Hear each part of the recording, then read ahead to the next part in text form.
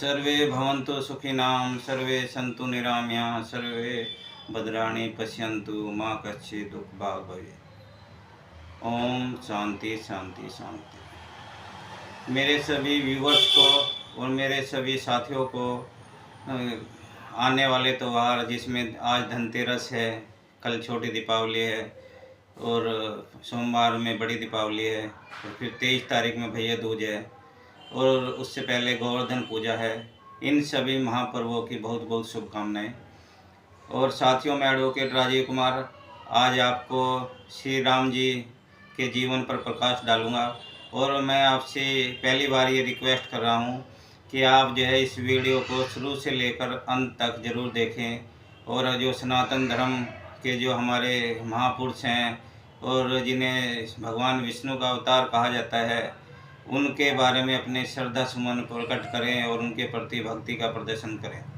मेरे आज के वीडियो का टाइटल है श्री राम जी से आज वर्तमान में क्या सीखें और क्या ना सीखें। जो श्री राम जी का जीवन रहा है उससे वर्तमान में आप क्या सीख सकते हैं और क्या नहीं सीखना चाहिए, वो इस वीडियो का टॉपिक है। और मैं एडवोकेट राजीव कुमार ये आपको गारंटी देता हूँ कि ये वीडियो आपके जीवन को सुखी, समृद्ध व शांति प्रिय बनाने में मदद करेगी और आपको अपने लक्ष्य को प्राप्त कराने में भी मदद करेगी। यहाँ मैं आपको बताना चाहूँगा कि श्री राम जी का पूरा जीवन जो उन्होंने जिया वो लगभग 100 साल से भी ज़्यादा उन्होंने जीवन जिया है।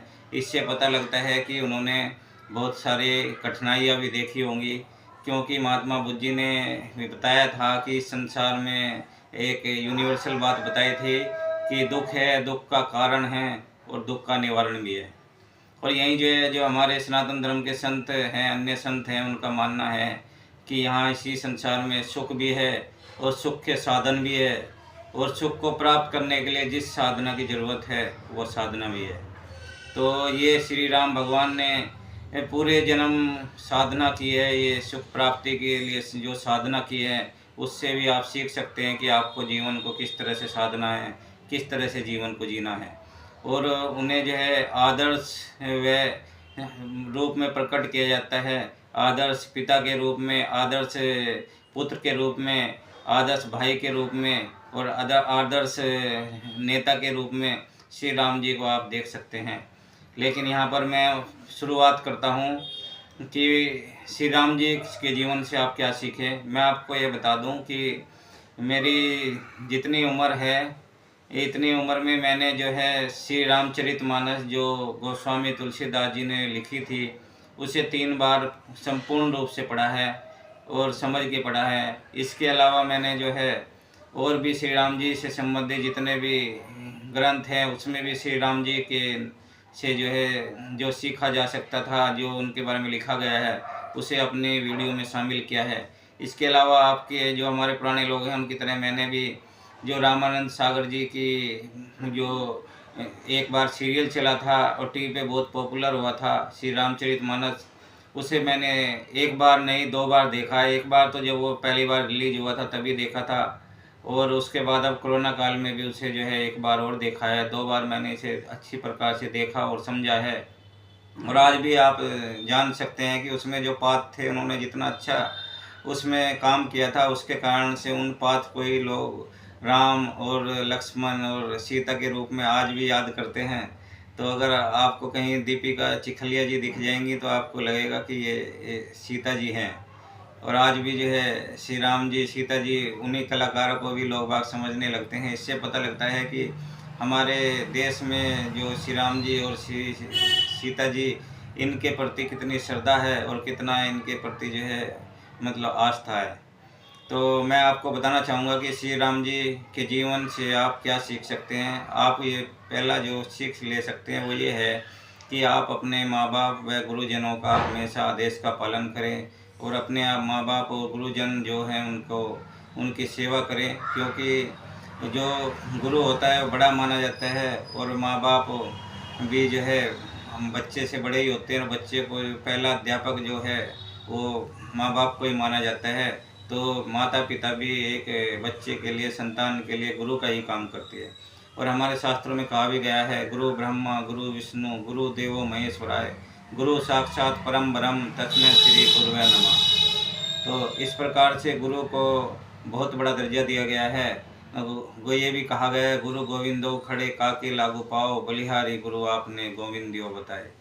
तो जो है जिसने ईश्वर के बारे में बताया है और जीवन जीने के बारे में बताया है, जीवन को सही तरीके से जीने के बारे में बताया है, वो गुरु ही हैं। और उन्हें जो है कबीर जी ने तो ये भी कहा है कि उन्हें ईश्वर से भी बड़ा दर्जा मैं देता हूँ।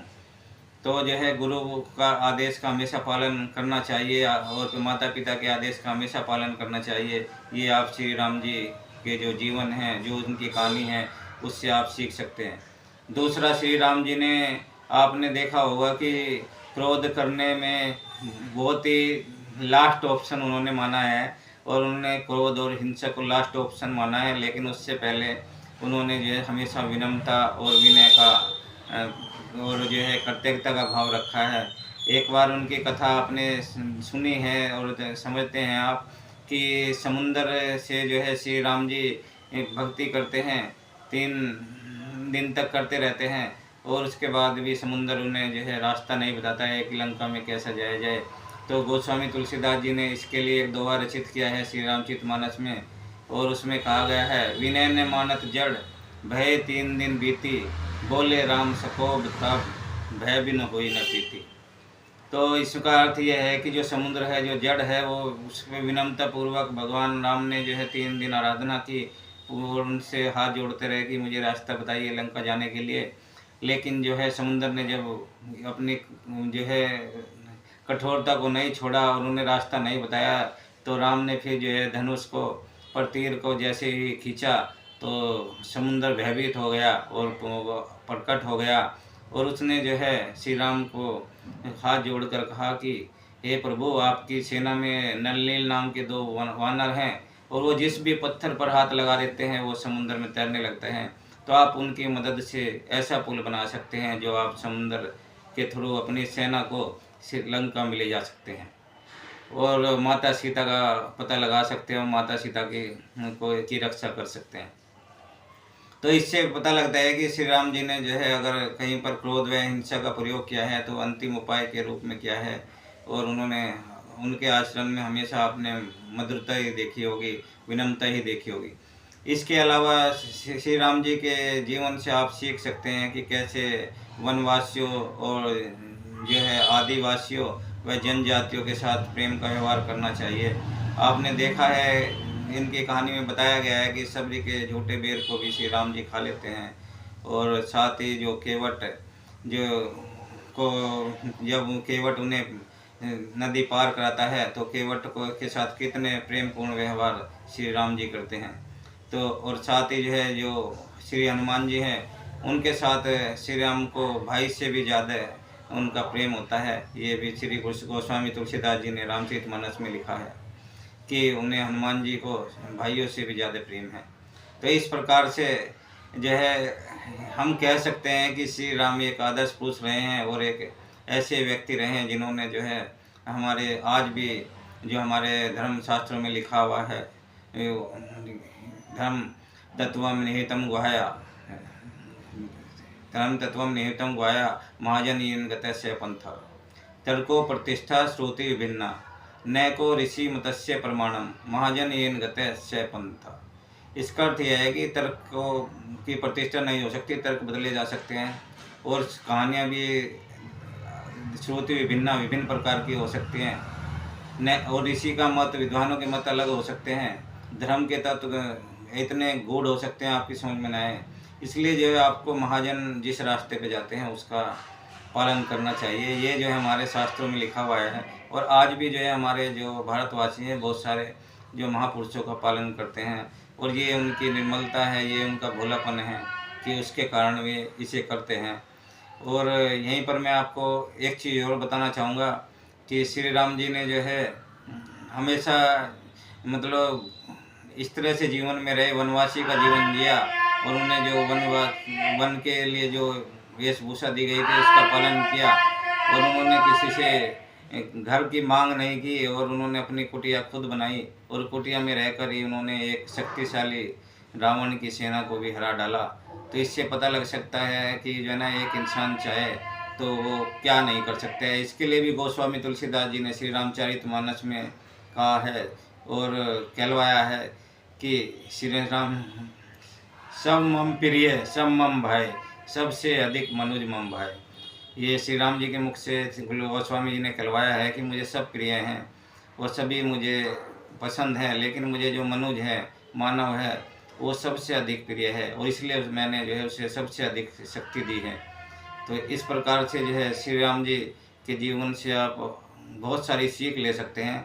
और हम चलते हैं कि जो श्री राम जी हैं उनके जीवन से आपको क्या सीख नहीं लेनी चाहिए, क्योंकि आप जिस शताब्दी में रह रहे हैं वो 21वीं शताब्दी है। इससे पहले 20वीं शताब्दी रही थी और फिर उससे पहले 19वीं शताब्दी रही है। तो 19वीं शताब्दी के अंत से ही जो है यहाँ पर ब्रिटिश एम्पायर शुरू हो गया था और उसने अपने कानून यहाँ पर लागू कर दिए थे और जो कानून है वो आज भी यहाँ पर लागू कर हैं। तो इसलिए मैं आपको ये समझाना चाहूँगा कि आप श्री राम जी के जीवन से क्या सीखिए और साथ ही अपने बच्चों को भी ये चीज़ें आप बताएं, जिससे वो भी अपने जीवन को जो है बाधा मुक्त रख पाएँ और जो है अपनी निजी आज़ादी और जान की सुरक्षा कर पाएँ। मैं आपको बताऊंगा कि आप जो है ये कभी भी हिंसा का प्रयोग ना करें। एज ए सिविलियन अगर आप हिंसा करते हैं तो ये अपराध है। इसके अलावा जो है आप जो है अगर किसी के साथ जो है गैर कानूनी काम करते हैं तो ये भी अपराध है। और आप ये अक्सर जो है आपने देखा होगा श्री राम जी ने को हिंसा का अंतिम उपाय के रूप में प्रयोग किया और उस हिंसा में जो है कहा जाता है कि रावण, उसका भाई कुंभकर्ण, उसके पुत्र मेघनाद, रावण आदि ये सभी जो है मृत्यु को प्राप्त हो गए। लेकिन जो है मैं आम आदमी को ये कहना चाहूँगा कि वे कभी भी किसी भी अन्य व्यक्ति की हिंसा ना करें, उसकी मृत्यु कारित ना करें। अदरवाइज उन्हें आज की जो कानून है उसके अनुसार उन्हें फांसी पर चढ़ाया जा सकता है और जो मर्डर की सज़ा है उसमें आजीवन कारावास है या फांसी है। तो अगर उसे फांसी ना भी हो पाई तो आजीवन कारावास भी फांसी से कम नहीं है। तो इसलिए आप कभी भी किसी की हत्या ना करें। इसका उपाय है आपके पास, अगर कोई आपको साथ अपराध करता है तो आप उसकी सूचना थाने में जाकर दें और थाने में आपकी एफआईआर दर्ज की जाएगी। एफआईआर अगर वे दर्ज भी नहीं करते हैं तो कोर्ट से दर्ज हो जाएगी और तो इस तरह से आपको रिलीफ मिल जाएगी। जैसे मैं आपको उदाहरण के रूप में बताऊं कि एक्स व्यक्ति है, उसकी पत्नी है वाई, उसे कोई जेड अपहरण कर लेता है तो आपको जाकर जेड को ख़त्म नहीं करना है, उसके भाई को ख़त्म नहीं करना है, उसके बच्चों को ख़त्म नहीं करना है। आपको जाकर थाने में रिपोर्ट करानी है और ये पुलिस की जो सरकार का ये एक अंग है, उसकी जिम्मेदारी है कि वो आपकी पत्नी वाई को आपके पास ला कर देगा और उसके बाद जो जेड है जिसने उसका अपहरण किया था उसमें रिलीवेंट जो धाराएं हैं उसमें मुकदमा चलाया जाएगा और जेड को उसके आधार पर उसे सज़ा दी जाएगी। और इस प्रकार से आप जो है किसी भी प्रकार का जो कथाओं में चाहे कोई ऐसी बात ना कही गई हो जो आपको लगता है कि उन्होंने सही किया और उन्होंने किया तो मैं भी कर सकता हूँ, तो इसमें आपको यहाँ पर विवेक का प्रयोग करना है। और आपको किसी भी कारण से श्री राम जी ने जहाँ जहाँ हत्या का प्रयोग किया या जो दुष्टों के संहार का प्रयोग किया, आप जो है किसी की हत्या ना करें। अदरवाइज आपको अपना जीवन जो है जीने में मुश्किल होगी और आपको जो है जो कानून अनुसार जो सज़ा मिल सकती है वो ज़रूर मिलेगी। तीसरा, श्री राम जी के जीवन से आप ये ना सीखें कि उन्होंने एक महिला को जो है अग्नि परीक्षा ली और साथ ही जो है उसे गर्भवती महिला को जंगल में भेज दिया। तो अगर आप इस तरह का काम अपनी पत्नी के साथ करते हैं तो मैं आपको बता दूं कि आपको जो है आजीवन कारावास से लेके फांसी तक भी हो सकती है। और अगर आप जो है उत्पीड़न करते हैं किसी भी तरह से उसका, तो जो प्रिवेंशन ऑफ डोमेस्टिक एक्ट है उसके अनुसार आपको सज़ा मिल सकती है। तो आप जो है श्री राम जी के जीवन से ये कतई ना सीखें और महिलाओं के साथ हमेशा जो है उन्हें समर्थ बनाने में मदद करें, उनका सम्मान करने में मदद करें।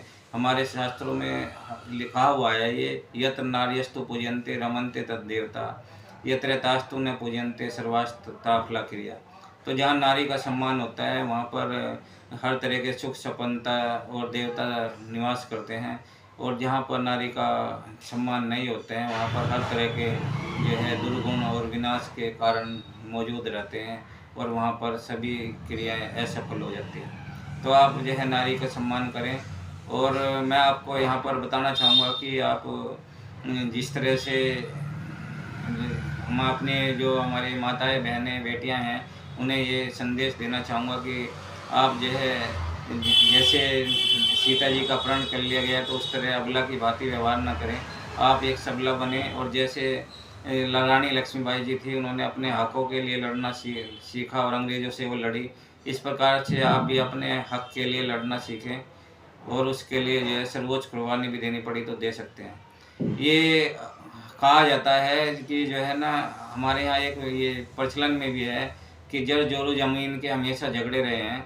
और ये माना जाता है कि श्री राम जी ने जोरू को मुख्यतः केंद्र मान कर के अपनी लड़ाई लड़ी और उन्होंने जोरू की लड़ाई लड़ी। लेकिन जो है यहाँ पर जब से स्वतंत्रता आंदोलन में लोगों ने सीख लेनी शुरू की तो उन्होंने जो है अपना राष्ट्रहित प्रथम बना लिया है। वो राष्ट्रहित के लिए लड़ना और उसके लिए सर्वोच्च कुर्बानी भी हमारे अब बहुत सारे नागरिक हैं जो देने को तैयार हैं। और ये जो राष्ट्रहित के लिए कुर्बानी देना हमारे यहाँ सर्वश्रेष्ठ माना जाता है। और इसके अलावा जो निजी हित हैं उसके लिए आपको मतलब जैसे आप करने के लिए तत्पर रहना चाहिए। हमारे ऐसे बहुत सारे देशवासी रहे हैं जो आर्मी में रहे हैं और ब्रिटिश काल में भी और आज भी आर्मी में रहते हैं, बॉर्डर पे हमारे देशवासियों की रक्षा करते हैं। और इसके लिए क्लियर रूल बनाए गए हैं और सरकारी सेवा में जो नियम कानून है उन्हें एक तरह से श्री राम जी से प्रेरित माना जा सकता है। क्यों इसमें भी जो एक पत्नी व्रत कोई हिंदुओं के लिए ज़रूरी बनाया गया है और अगर कोई इसके अगेंस्ट कोई प्रयोग करता है तो जो है उसे सरकारी सेवाओं में पनिशमेंट भी मिलता है। इसके अलावा जो महिलाएं हैं उनके लिए भी अगर पति की मृत्यु भी हो जाती है तो उन्हें सरकार जो पेंशन है वो तभी तक देती है जब तक जो है फैमिली पेंशन तभी तक देती है जब तक वो दूसरा विवाह ना करे। तो इस प्रकार से जो श्री राम जी का आचरण रहा है उसे ना केवल हमारे देश में ही माना जाता है, उसे विदेशों में भी उसे अच्छा माना जाता है। और वहाँ भी जो एक पत्नी व्रत या एक पति व्रत रखने वाले पुरुष व स्त्री हैं उन्हें उच्चतम सम्मान दिया जाता है। और इससे जो है समाज में एक तरह से मर्यादा भी बनी रहती है। और जो बड़े बड़े देश हैं उसमें हमेशा ये माना जाता है कि जो है एक पत्नी व्रत सबसे अच्छा रहता है। और यहाँ श्री राम जी की मैं तारीफ़ करना चाहूँगा कि उन्होंने ये चीज़ें समझी। उन्होंने देखा कि उनके पिता राजा थे और राजा होने के बावजूद में उनके 3 पत्नी थी और 3 पत्नियों के साथ वे समान व्यवहार नहीं कर पाए। इसी प्रकार श्री राम जी ने ये वचन लिया था कि जो है मैं कभी भी जो है एक पत्नी व्रत ही रखूँगा और उसके अलावा सभी अन्य महिलाओं को बहन बेटी माता समान मानूंगा। और इसका उन्होंने आजन्म पालन किया और इस प्रकार श्री राम जी ने एक आदर्श की स्थापना की। और मैं यहाँ आपको एक चीज़ और बता दूँ कि चाहे कोई भगवान का अवतार भी क्यों ना हो, वो चाहे अपने एक से ज़्यादा पत्नियों के साथ समान व्यवहार नहीं कर सकता है। इसी तरह कोई स्त्री अगर जो है किसी जगदम्बा के अवतार भी क्यों ना हो, वो भी जो है एक से अधिक पतियों के साथ समान व्यवहार नहीं कर सकती है। इसलिए भी एक पत्नी व्रत व एक पति व्रत को सनातन धर्म ने सबसे ज़्यादा स्थान दिया है। और ये सनातन धर्म पहला धर्म है, यहाँ पे भगवान को भी एक पत्नी व्रत के साथ दिखाया गया है। ब्रह्मा को छोड़ करके विष्णु महेश को एक पत्नी व्रत के साथ दिखाया गया है। और एक पत्नी व्रत न केवल उनके जन्म से लेकर मृत्यु तक बल्कि जन्म जन्म तक और सहस्त्रों जन्म तक उन्हें एक पत्नी व्रत तक दिखाया गया है, जिससे जो है समाज में ये संदेश जाए कि जो है ना आपको एक पत्नी व्रत निभाना है और उसके साथ ही जीना है। इसके फायदे भी बहुत सारे हैं। हालांकि इसमें थोड़ा बाद में सुधार आया है, अगर किसी का पति या पत्नी मर जाते हैं तो वो दूसरा विवाह कर सकते हैं। और जो विडो रीमैरिज एक्ट है उसके अनुसार जो कानून है उसके अनुसार ऐसा किया जा सकता है। और जो हम हिंदू मैरिज लॉ 1955 है उसके अनुसार भी ऐसा किया जा सकता है कि डिवोर्स के बाद में आप जो है स्त्री पुरुष दूसरी शादी कर सकते हैं। तो इस प्रकार से जो समाज को मर्यादित करने का जो सबसे बड़ा अगर कोई कथा है तो वो ये श्री राम कथा ही है। और इससे बड़ी कथा संसार में कहीं नहीं मिलती है जिसने अपने जो श्रद्धालु हैं उसका जन्म से लेकर मरते दम तक हमेशा भला किया। तो यही मैं उम्मीद कर आपको पुण्य जो है त्योहारों की, धनतेरस की, छोटी दीपावली, बड़ी दीपावली, गोवर्धन पूजा, भैया दूज की पुण्य बधाई देता हूँ और अपने वीडियो को यहीं पर एंड करता हूँ। और श्री राम जी से अगर मेरे से कहीं कोई चूक हुई है उसे माफ़ करने के लिए जो है उनसे प्रार्थना करता हूँ। और आपके भी अगर मेरी किसी बात से किसी के को कोई मतलब किसी की भावना को ठेस लगा हो तो उसके लिए मैं क्षमा प्रार्थी हूँ, कृपया करके मुझे क्षमा करें। और कहा भी गया है उत्तम क्षमा जहाँ मन होई, अंतर भाई शत्रु न कोई। तो आप सभी मेरे मित्र हैं तभी आप ये मेरी वीडियो देख रहे हैं और उम्मीद करता हूँ कि इस वीडियो से आपको निश्चित रूप से ज़रूर फ़ायदा होगा। धन्यवाद, थैंक यू।